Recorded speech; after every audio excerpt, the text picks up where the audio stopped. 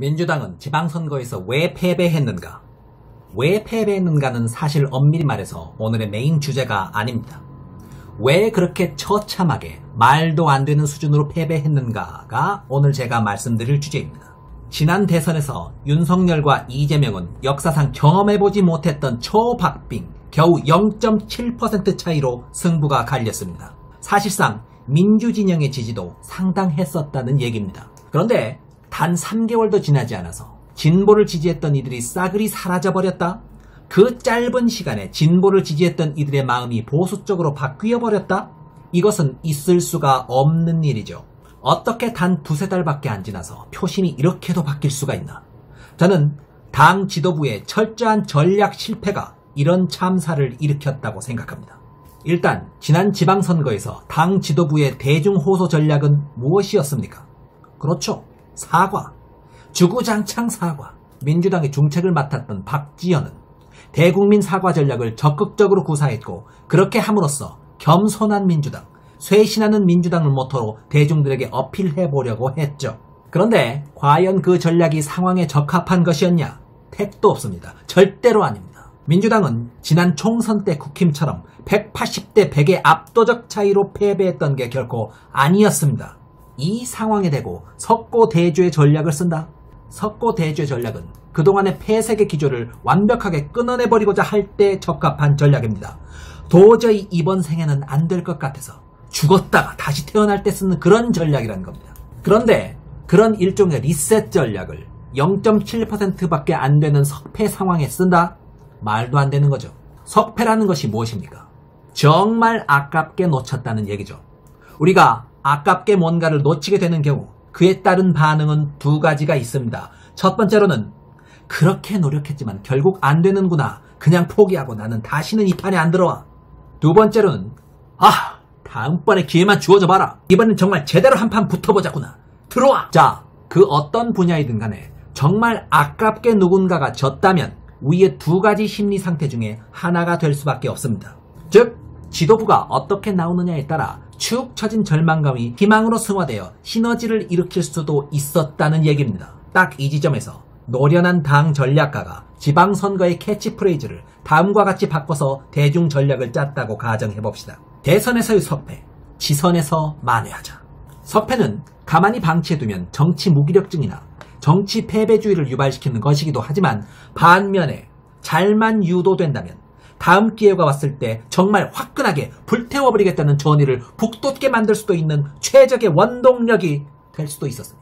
그런데 실제로 박지원이 이끌었던 선거 전략 지도부는 어떤 선택을 했었나요? 석패 상황의 분위기와 열기를 최대한 이용하기는커녕 오히려 대선 때의 열기와 열정 그리고 남아있던 불씨까지 모두 다 덮어서 리셋해버리고 주구장창 사과만 일삼는 최악의 전략을 썼습니다. 이게 왜 최악의 전략이냐?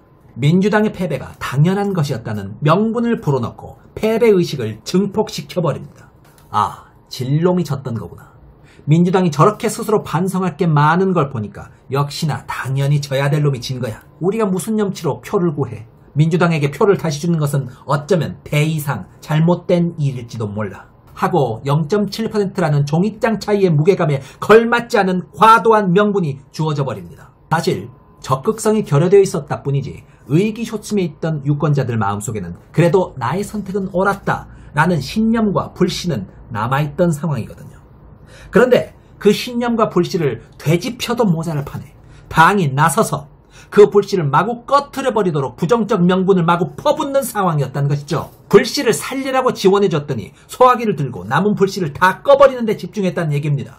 사실 0.7% 차이로 선택받은 거라면 국민의 힘이 선택받아야 할 명분이나 민주당이 선택받아야 할 명분이나 비등비등했다는 얘기예요. 달리 말해서 설사 민주당이 국민들에게 잘못한 게 있었다고 해도 국힘당이 실제로 잘못한 것이나 민주당이 실제로 잘못한 것이나 1대1 수준에서 비등비등했었다는 얘기입니다. 그런데 0.7%에 걸맞지 않게 민주당이 뭘 잘못했고 뭐가 나쁜 놈이고 당연히 져도 싼 놈들이고 아니 졌어야 될 놈들이고 아주 잘 졌다. 제대로 잘 졌어. 아깝게 0.7점 차이로 시험에서 떨어져서 낙담해 있는 애가 있는데 네 같은 병신은 사람 무실도 못할 놈이야.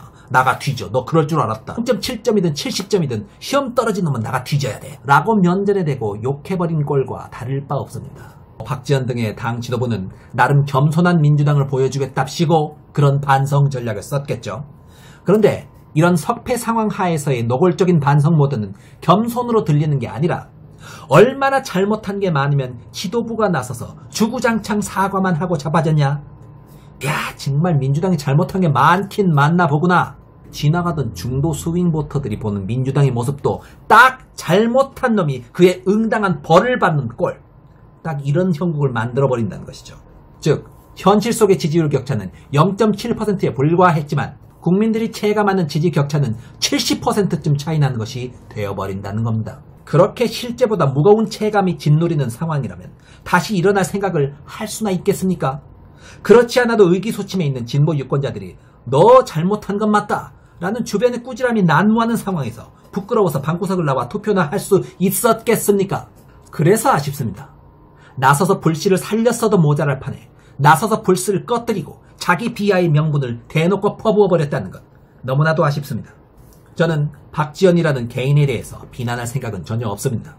단지 박지원이 구사했던 사과 전략은 상황에 매우 적합치 못했었고 부작용이 너무너무 심각했다라는 점을 지적하고자 하는 것이었고 진정 잘못한 부분은 정치 초보인 그녀를 애초에 그 정도로 중차대한 지위에 올려놓았던 바로 그 결정에서부터 시작된 것이었다고 저는 생각합니다. 당연히 민주당에 입당하게 되었다면 차근차근 권한을 쌓아가고 검증받고 성장해가는 수순을 거쳤어야 했어요. 바로 입당과 동시에 중책을 주고 당의 운영을 맡겨버린다.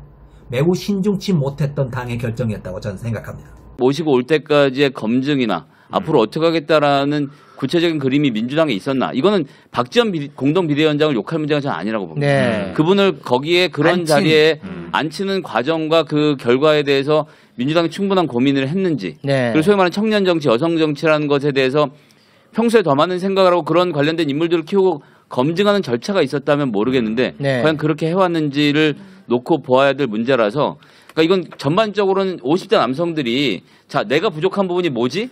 라고 생각하고 그걸 그냥 옆에다 적절한 사람 앉히는 것으로 해결하려는 풍토를 민주당이 바꾸지 않으면 앞으로도 이런 식의 문제는 계속 생길 거라고 봅니다. 네. 2030의 여성 유권자들을 의식하여 상징적 지위에 머무르게 하는 데까지는 괜찮았다고 봐요. 그런데 실질적 지위에 서서 선거 전략을 주무를 권한까지를 주었던 것에 대해서는 더욱 신중했어야 한다고 저는 생각합니다. 늦게나마 박지원이 민주당의 중책을 벗어버리고 자기가 있어야 할 곳으로 가게 된 것은 매우 환영할 만한 일입니다. 그런데 그녀는 아무래도 타의에 의해서 내쳐지는 형국이다 보니 무엇이 현 상황의 문제인지 전혀 모르고 있을 겁니다. 자기 딴은 그렇게 생각할 거예요. 자기는 신념대로 했을 뿐이고 나름 최선을 다했다. 그런데 민주당의 팬덤들이 와가지고 자기를 악마화하고 마치 무슨 일부러 민주당을 망치러 온 것처럼 욕을 해서 너무 억울하다 라고 생각할 것 같습니다. 예, 저는 그녀가 진심으로 억울한 심정에 있다고 믿습니다. 그녀는 결코 민주당에 스며든 스파이거나 음해 공작을 물밑에서 했던 자가 아니었다고 저는 생각합니다. 왜냐하면 그런 이중 스파이 노릇도 똑똑해야 하는 겁니다. 그녀는 그런 짓을 하고 싶어도 능력이 없어서 깜냥과 역량이 안 돼서 결코 그렇게 못합니다.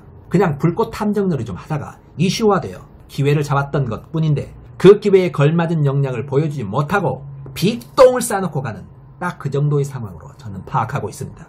박지원은 이제 민주당과 결별하고 자기 길을 갈 것입니다. 어차피 상황이 이렇게 되었다면 적대적으로 헤어질 필요가 전혀 없습니다. 그녀는 다시 자기 역량에 맞는 지위로 회귀될 것이고 나름 그곳에서 자기 신념에 맞는 활동을 해나갈 것이며 수십 년 뒤에 나름 성장해 있을 것입니다. 그녀가 민주당의 지도부를 맡으면서 쌓아놓은 똥은 분명히 빅똥이 맞고 큰 피해를 남겼다라고 저는 생각합니다. 하지만 그것은 일부러 그랬던 것도 아니고 무슨 음모에 의해서 그랬던 것도 아니라고 생각합니다. 그냥 역량이 거기까지였던 것일 뿐입니다. 그런 부족한 역량의 누군가를 애초에 그 자리로 끌어들인 우리의 책임도 있는 것이란 겁니다. 박지원 씨도 자신이 부당하게 민주당에 의해 내쳐졌다고 억울하게만 생각하지 말고 진정 자신이 썼던 전략이 민주당에 나아가 진보진영 전체에 어떤 빅똥을 쌌던 것인지 냉정하게 비판해보는 시간을 가져봤으면 좋겠습니다. 지난 선거운동 내내 사과만 하셨잖아요. 그 묻지도 따지지도 않는 무모한 자기 반성의 경향을 민주당에게만 적용하지 마시고 자기 자신에게 스스로에게 꼭 적용해보시고 내가 이 정도밖에 안 됐구나 라는 것을 뼈저리게 깨닫고 새롭게 태어나십시오. 리셋이 진정 필요한 것은 민주당이라기보다 박지원 씨 당신입니다. 그 관문을 넘고 나서야 비로소 스스로의 정치적 감각과 역량이 한 단계 성숙할 수 있을 것으로 저는 생각합니다. 당신의 성장을 기대합니다. 감사합니다.